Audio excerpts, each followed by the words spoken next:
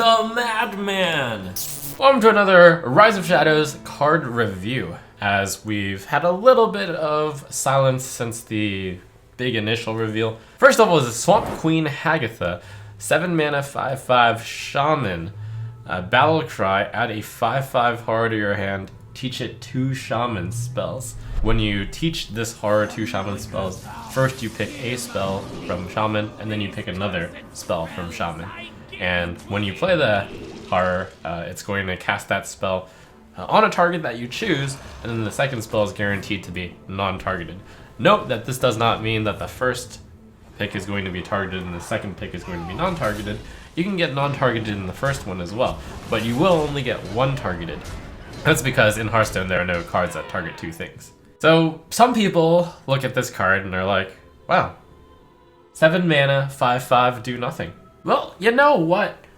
For someone who's been around the block here and there, I look at 7 mana, 5/5, and I see a certain tree. Swamp Queen Hagatha is better than draw 2, because you're drawing a 5/5, and the 5/5 is coming with 2 cards attached to it for free. It's like draw a super mega card.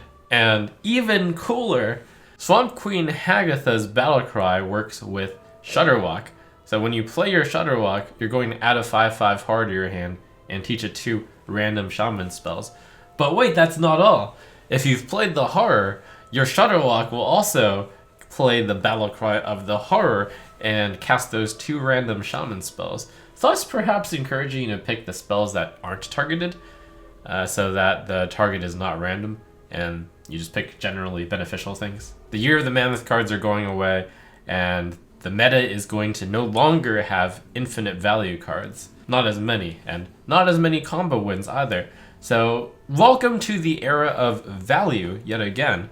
And Swamp Queen Hagatha is in fact the queen of value. Her and her hero card, turn 7 Swamp Queen Hagatha, turn 8 Hagatha Actual. That could be some very, very spicy value indeed. Shaman has a lot of tools to get a lot of value, and I think Hagatha is actually, the hero Hagatha, is one of the only, like, the most infinite value out of everything we have in Hearthstone right now. While we're dreaming of ultimate value, what if you teach Reign of Toads and Reign of Toads?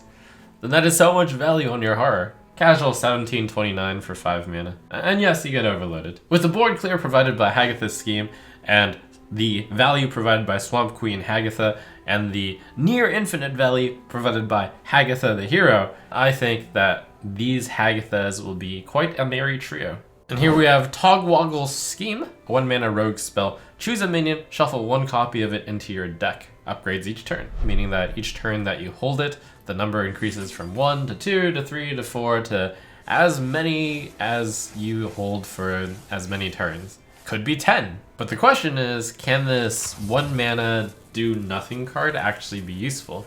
In order for the card to be useful, the game would have to go on for a very long time. And Rogue famously does not have much health gain, or AoE clear, or taunt. Hence the problem with building a value Rogue deck. Can we successfully scheme up a plan? Special note, if you zoom into the picture here, and I'm sure Jens will do one of those CSI zoom-ins, you can see one of the cards that Blizzard intends for you to scheme.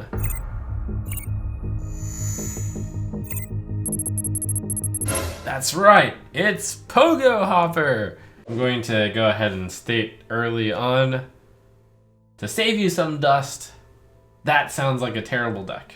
What Togwaggle's Scheme could be really cool in is, remember when Cold Light Oracle was Hall of Famed? In Wild, Cold Light Oracle is actually a thing in Rogue, and Togwaggle's Scheme to shuffle a lot of Cold Light Oracles into your deck sounds awfully fun. Now, seeing Togwaggle's Scheme reminded me of how Rogue does manage to fill up their deck really well. After that they hit fatigue, they can still come back out of it. Which leads me back to Chef Nomi. We've seen this card before, but according to the YouTube comments and general Reddits that I've read, I missed something critical when evaluating this Panda Chef. and there's a few things I missed, really.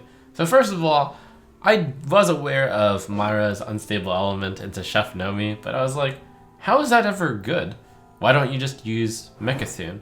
Well, the big difference is Chef Nomi can win you the game on turn 7, whereas Mecha'thun, if you combine with Myra's Unstable Element, you might not even win on turn 10 because you need to like set up a bunch of combos before that. But against a lot of decks, if you just play 42 worth of stats on turn 7, they can't actually stop that. And with Psychic Scream rotating out and Equality costing 4 mana, it's going to be pretty tough, potentially, to deal with 7/6/6s. There is the real potential to super high roll here by turn 6 Myra's Unstable Element, turn 7 Chef Nomi, and then just win the game right there. But certainly you need a plan past just that, right? Well, along with the Togwaggle scheme potentially shuffling more stuff into your deck, what if you were playing some Tespionage deck? Test Greymane plus Academic Espionage. A natural fit because you want to Academic Espionage after you've played Myra's Unstable Element. And then maybe you Togwaggle scheme Tess. And then Clown Fiesta! If you haven't won with your turn 7 Chef Nomi play, you've got a good backup core deck with just Myra's plus Academic Espionage, a minor Burgle theme, and Tess. And of course in this meta it's hard to think of that as being viable because there's infinite value in Frostlich Jaina and, Gul'dan and Rexxar. But when there's not infinite value, Tess Greymane certainly provides a lot of value. Chef Nomi provides a lot of value fast, and a major card that would be able to clear this on 7, Psychic Scream, reliably because it could get Visions. Also, the Vision and the Psychic Scream are getting rotated. So there you have it. Looks spicy. Looking forward to more of these cards getting revealed throughout the week.